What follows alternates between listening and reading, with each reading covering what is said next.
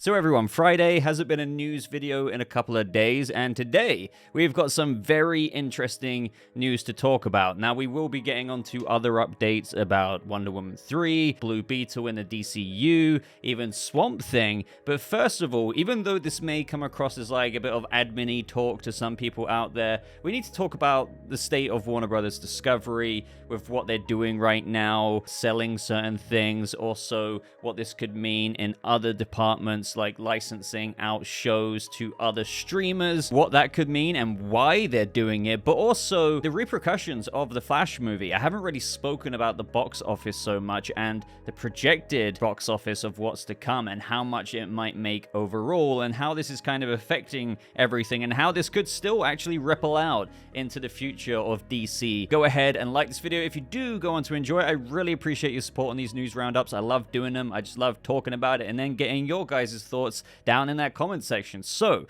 first of all, I was actually going to talk about something else, but then this popped up, and that is a report from Variety saying Warner Brothers Discovery negotiating $500 million deal to sell film and TV music publishing assets. Now, what I'm seeing over my feed already is that people are misconstruing this or maybe misreading it or like skimming past the headline being like, wait, what? Warner Brothers Discovery is negotiating a $500 million deal to sell film and TV publishing assets. They're kind of skipping past how it's music. It's not film and TV and music publishing assets. It is film and TV music publishing assets. There is a big difference, and if it was film and TV or like characters, then it would be a lot more than $500 million. Now, to briefly go over this, Variety go on to say here, Warner Brothers Discovery is negotiating to sell around half of the storied Warner Studios film and TV music publishing assets for approximately $500 million. Three sources confirmed to Variety. The news was first reported by Hits. While it is unclear exactly which assets are on the table, one source says that the rights to slightly less than half of the catalog with a price of around $500 million are likely to go to a major label, with Sony said to be in the lead. The catalog is believed to include music from films such as Purple Rain, Evita, Sweeney Todd, Rent, several Batman films, and many more titles. This is interesting, this report in general, because it's going to like bleed into what we talk about next, with the somewhat state Warner Brothers is in, especially as we're about to get to with the underperforming DC movies that they've poured hundreds of millions into with regards to marketing as well, and still a couple of movies yet to go. And will they do well? Well, we are going to get into that, but as Variety says here, after reps for Warner's Discovery, Sony, and Universal declined to comment, if reports are accurate, the deal would be a welcome one for the company and its investors at a tumultuous time that includes a writer's strike that has crippled Hollywood and 100 layoffs across its Discovery and Turner brands, with more expected in the coming months. Just to interject it, we've also heard for like the past year or so, all of these little cuts, you know, HBO Max passing on all of these shows, certain shows being taken off HBO Max, Batgirl being a tax write-off. Like there's so many things that contribute to this larger narrative of what Zaslav and Warner Brothers Discovery is doing. It's just that now we're kind of seeing another like spike in the line graph because of the somewhat concern of what is going on with how like the movies are performing. But this has been a thing that has been going on for a while. I just think it's popping up again because they're like, well, shit, we kind of need to shave even more things off. So hey, want a lot of our music library for $500 million? Like, please? And this is where it gets interesting. The windfall from such a sale, coming at the top of a still booming market for music catalogs, would help the company to pay down a $49.5 billion debt.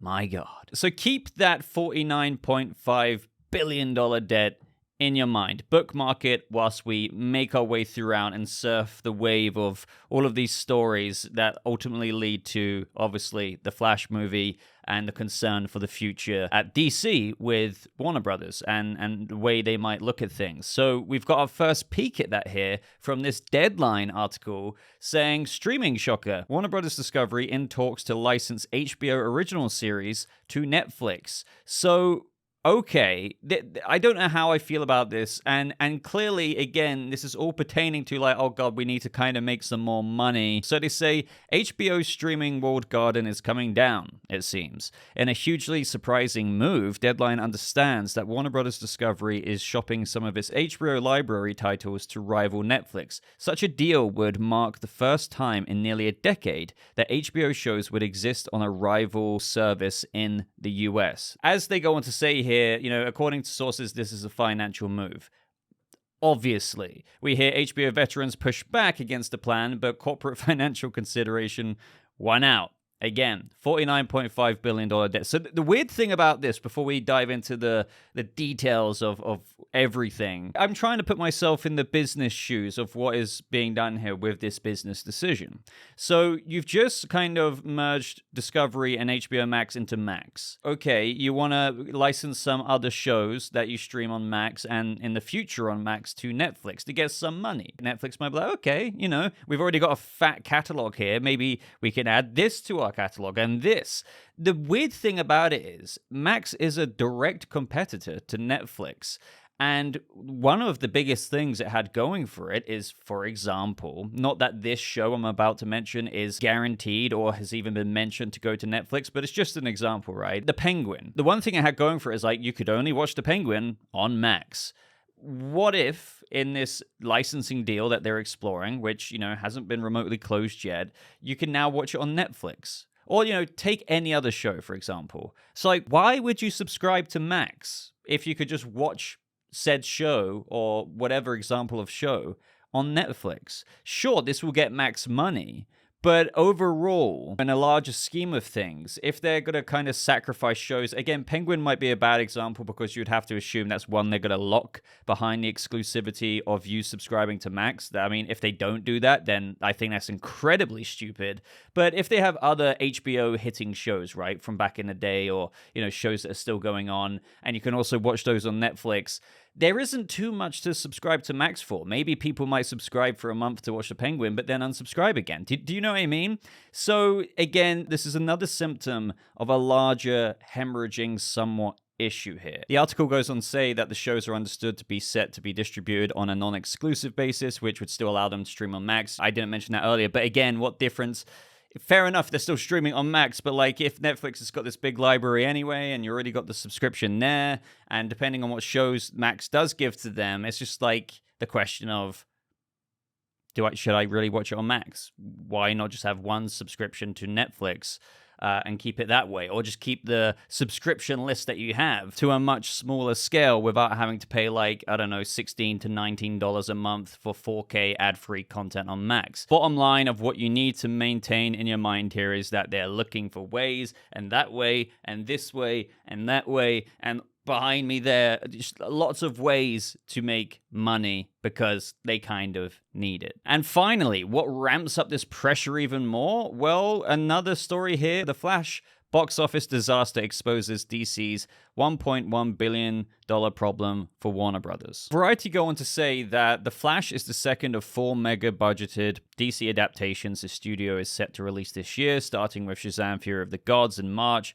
and followed by Blue Beetle and Aquaman and the Lost Kingdom in August and December. Yet, these movies were conceived and greenlit by an executive team that have all departed the studio, as we know. Like, it's already messy in of the different regime changes that we've had, from Emmerich to Hamada to, now Gunn and Safran. In their place, new DC Studios chiefs, James Gunn and Peter Safran, have announced they will reboot the DC franchise in 2025, starting with Gunn's Superman Legacy. That's left Warner's in one of the worst rock and a hard place conundrums in memory. Its 2023 slate of DC films are now orphans in a moribund cinematic universe, but the studio still needs audiences to see them on a blockbuster scale. And this is when a source at a rival studio says it's a perhaps unavoidable but terrible case of timing. Audiences don't feel like they have to invest 2 hours of their life because it's not going to matter moving forward. And with regards to The Flash, says an industry veteran who's worked on many major campaigns, the movie should be opening at $120 million domestic. This is an unmitigated disaster. Where do I begin with this? People have asked me, and I've replied in a couple of comments before the movie release. They said, do you think this will make more than Black Adam or meet that line? And I was like, Yeah. Black Adam, I think, made 393.5 million, if my memory serves me correctly. So, I thought the Flash movie, all while, again, let's just say DC was in a better state, none of the controversy happened, I thought it would. It's the Flash. It's got Michael Keaton returning, Ben Affleck in it, but there is, other things that people don't want to go see the movie for. But whatever, right? I thought it could make more than 393.5 million. I didn't think it was going to make 800 mil. I thought, it could, if successful and if given the hype coming out of CinemaCon, I was okay, it should do kind of reasonably well, but just, probably not even meet the Batman 780-ish million, I think it was. But what it collected in its opening weekend was 55 million. Globally, some people say it's 135 million, some say 139. But again, as per the reports, a movie like The Flash, as big as it strived to be, the caliber that it's somewhat set in, as they're saying, it should have at least got around 120 million. I mean, for example, Matt Reeves' The Batman, I think almost got 130 million just on the domestic opening. I think it was actually around 128.5, but you get my point. A major entry like this, that is what you would kind of expect. But instead, domestically, 55 mil. Globally, when you take that into account, it's a total of 135 to 139 million. But the thing is, Black Adam domestically got 67 million. And when you take into account that and including the global scale, it was 140. And then more or less by the time of its box office run, Black Adam made around 393.3 million. So this is where you can start to feel out, okay, so how much is The Flash going to make overall if Black Adam already performed a bit better in its domestic and global earnings in the opening weekend, made a total of 393.3 million. Does that mean The Flash won't even make $393 million? Without, going over numbers and numbers and numbers and numbers, this is very, very bad. Very, very, very, very, very, very bad. The Flash had a budget of around 200 to 220 million, roughly, from what is being reported. And then you take into account the marketing that they've, really poured into this movie, insanely so. So with that on top of the 220 million, let's just say that it needs to make more than what Black Adam made in its entire theatrical run. And with current projections, I think The Flash would kind of be lucky to even get the 393.3 million, which when all is said and done, they might try and get some money out of digital sales like Black Adam did, kind of, that was a whole thing at the time. Did Black Adam break even? Did they make money? Dwayne Johnson said it did. Other reports from Major Trade says it didn't, but they did recoup some costs in putting it on digital early. Overall, guys, the message is this is all contributing to everything we've already discussed thus far in this video. And then you've got Blue Beetle, and then you've got Aquaman 2. So I'm going to circle this all around on everything we've covered so far, from the first page that we went over with Warner's talking about selling the whole film and TV music publishing assets for around 500 mil, and then licensing some of their shows to Netflix, a deal that's early in the works. So kind of why subscribe to Max. I mean, they probably will keep some shows exclusive, but you see what I mean.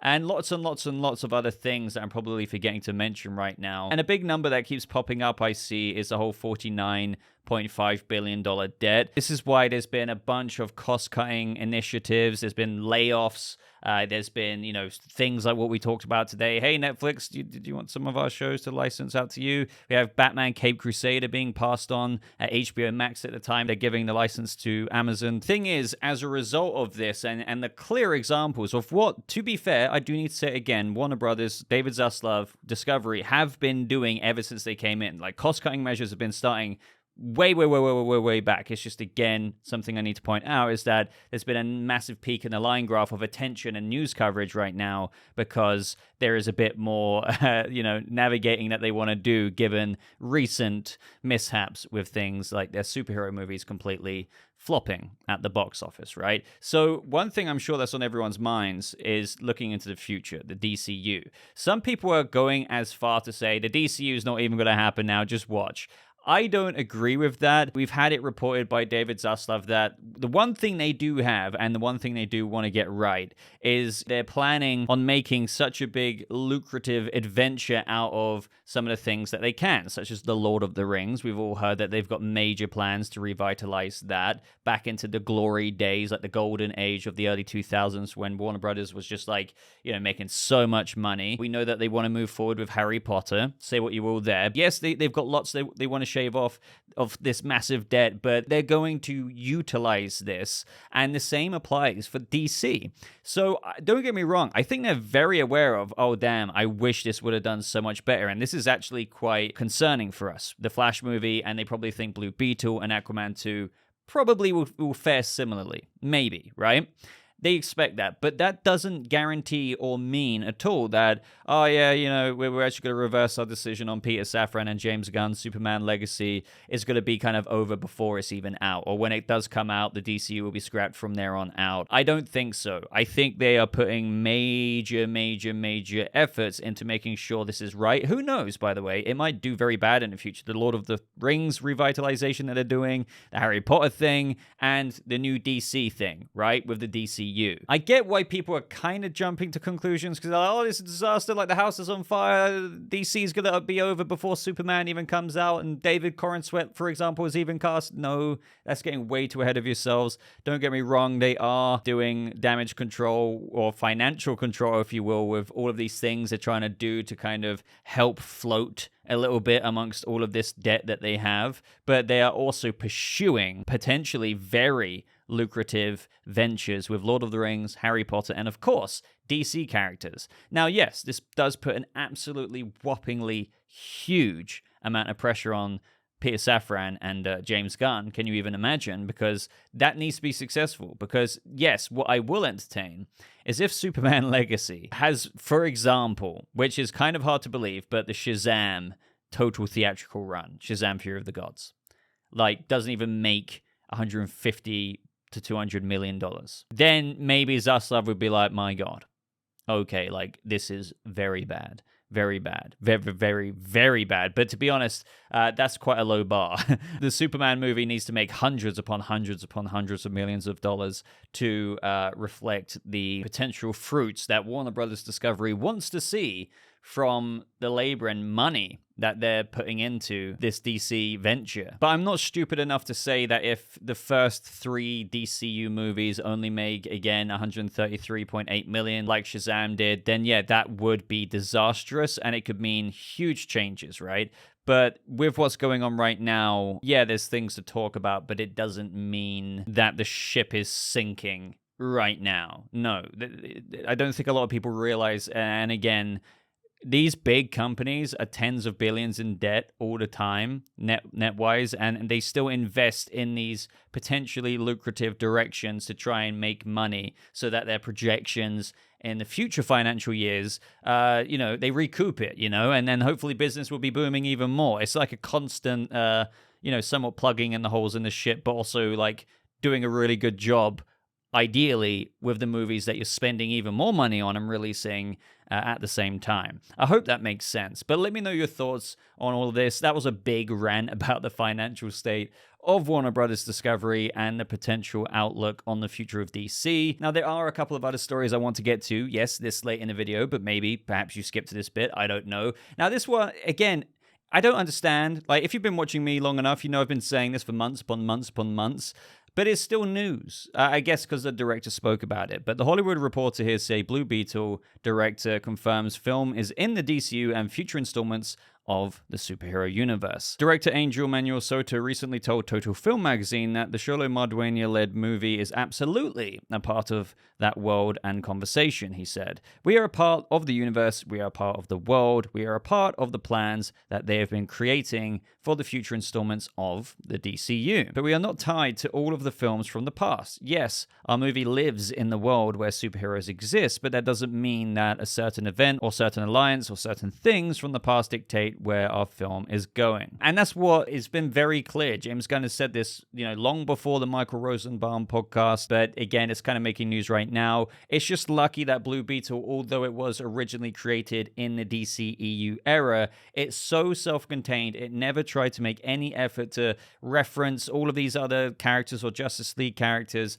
that it's easy to retrofit that into technically the first DCU movie. What's also interesting to note here is that he went on to say that our first movie, the way we wanted to do it, was always with the mentality that we wanted to do 2 more. At least. And taking the traditional 3-act structure of a story, we wanted our first movie to practically be the first act of a saga. Now, this isn't guaranteed, despite Blue Beetle being in the DCU. For example, if this movie does as bad as Shazam's $133 million total, I can't believe, saying that out loud is insane. That is very, very, very, very, very bad, but let's just say it did that. So Blue Beetle would still be canon. It's just James Gunn and Peter Safran probably wouldn't make a sequel. But that wouldn't rule out seeing him again. Maybe if you did see him again, he could pop up and boost the gold. I think that this second trailer needs to slap, really hard, if it has a chance of attracting people to their local cinema, and they need to. And the thing is, if they don't, this movie might not do as well. But also, our Warner Brothers even got to want to really invest in marketing in this movie after they put so much money into marketing The Flash, and it's done terrible. It's a weird situation. So up next, I wanted to talk briefly about Gal Gadot and the possibility of Wonder Woman 3. Now, it's always interesting whenever I talk about this because there's usually 2 sides. People who not only 100%, but 150% believe, she's either carrying on as Wonder Woman or so obviously 150% not, right? But here, Entertainment Tonight say fans were disappointed to learn last year that Wonder Woman 3 would not be moving forward under the studio's new leadership. However, at Sunday's fan event, Gadot hinted that the franchise might not be over. Things are being worked behind the scenes, Gadot told ET, and once the right moment arrives, you'll know about it. So people are having different takes on this, saying this doesn't mean she's teasing Wonder Woman 3. Things are being worked behind the scenes, and once the right moment arrives, you'll know about it. Could mean that she's actually, you're going to know about me not continuing when they decide to announce that. Or, to be honest, as E.T. interpreted it, saying, she hinted at the franchise might not be over, that things are being worked behind the scenes, and once that right moment arrives, Gunn and Safran will announce her new project, with maybe the rest of the Chapter 1 announcements. Now, some of you may be like, Boba, why are you entertaining this? Isn't it obvious? Well, there has been things out there, like Gunn responding to some tweets or Instagram comments saying, why did you boot Gal Gadot? And he's replied, where did you get the idea that we, quote, booted her? And that was the reply he gave, leaving somewhat of an ambiguous, okay, so did you or didn't you? If you're saying, where did you get the idea that we booted her from? Is that you saying that you didn't? The way I see it right now is that even though I think if you're recasting 2/3 of the DC Trinity in your new iteration of the DC Cinematic Universe, you probably should recast the last third of that being Wonder Woman. You may as well. But let's assume that she isn't being recast. So what we learned a while back is that the treatment that Patty Jenkins gave for the Wonder Woman 3 script isn't exactly what Gunn and Safran were after. And this is not concrete. It was reported by a major trade, but there was a lot of is this really true at the time? There was a lot of rumors Patty Jenkins refused to change, their suggestions to her treatment for Wonder Woman 3 and stomped out. She then released that statement saying, I didn't, but things are changing in the DCU. I understand that, so it is what it is right now. But if I read between the lines, it is a possibility that Gunn and Safran maybe didn't want to get rid of Gal Gadot, but they didn't like the direction for Wonder Woman 3. And Gunn's been pretty public with him saying that Wonder Woman 1984 was kind of nothing like Wonder Woman, the first movie, and he included that in him recounting the missteps that DC have taken before. So it wouldn't surprise me if that there was going to be that Wonder Woman 3, as per the Hollywood Reporter talked about a while ago, but they kind of squashed it. But Gal Gadot technically might not be off the cards or off the table here. It's just that, as per Gadot is saying here, Things are being worked behind the scenes. And once the right moment arrives, you'll know about it. And that could be, yes, potentially a new director and a new script. Now, I already know there's going to be some people who say, but Jenkins and Gal Gadot are never not going to work together. They've said that they're only going to do it together. Yeah, I wouldn't believe that. If Gadot does stay on, I'm just saying I wouldn't be surprised if she stays on and Gunn and Safran are interested in keeping her. If Wonder Woman 3 does happen, or maybe it's not called Wonder Woman 3, but like Wonder Woman includes subtitle here because it's the DCU and like canon may have changed, but it's still Gal Gadot, if you know what I mean. It's like a soft reboot of the character with a different director and Gadot stays on. I can imagine it that way. And they're just not going to announce it until Gunn and Safran feel comfortable announcing the rest of DCU Chapter 1. Or the alternative is, yes, they are recasting all of the Trinity and Gal Gadot isn't returning. But I don't know. One thing I will say is no matter how sure you are that she is gone or that she isn't, I wouldn't be so sure. I'm just going to say that. Like, I'm not saying you should lean one side or the other, but it for sure isn't for sure, if you know what I mean. Lastly, we have James Mangold talking about Swamp Thing, and I just find it interesting what he says here. So in an interview with Variety, they say, the great irony is that Mangold is attached to make a DC movie and a Star Wars movie. He's just choosing not to see them that way. And he says, while I'm sure DC views Swamp Thing as a franchise, I would be viewing it as a very simple, clean, gothic horror movie about this man/monster. Mangold had been toying for years with the idea of making a kind of Frankenstein movie. He adds, so when James Gunn and Peter Safran took the reins at DC last fall, Mangold put in a friendly call to suggest himself, just doing my own thing with this, just a standalone.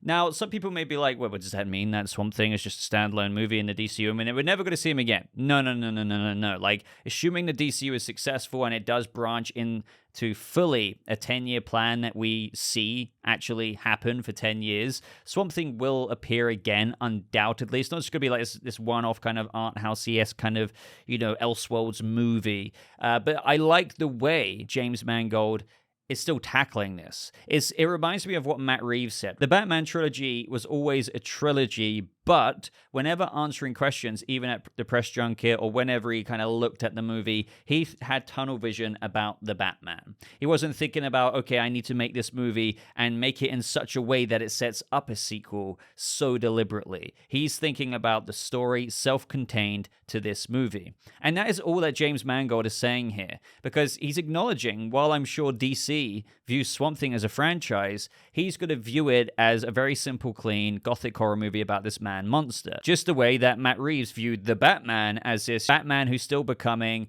noir detective, point of view driven Batman story, going into trauma, going into all of this stuff. It's not like, oh, I'm going to view it as this thing that like blossoms everywhere, if you know what I mean. It's the best way to tackle it is to kind of make the art just about that product. Don't think about overly ambitiously going ham at connecting it to all other things at once. But the thing I take out of this is what I think a director should always do when making a movie. Treat it like a standalone, make it the best story you can, focus on character, focus on stakes, focus on emotion, focus on character development, not always spectacle and the repetition of which has made a lot of fans in this space kind of view comic book fatigue or superhero fatigue as a real thing.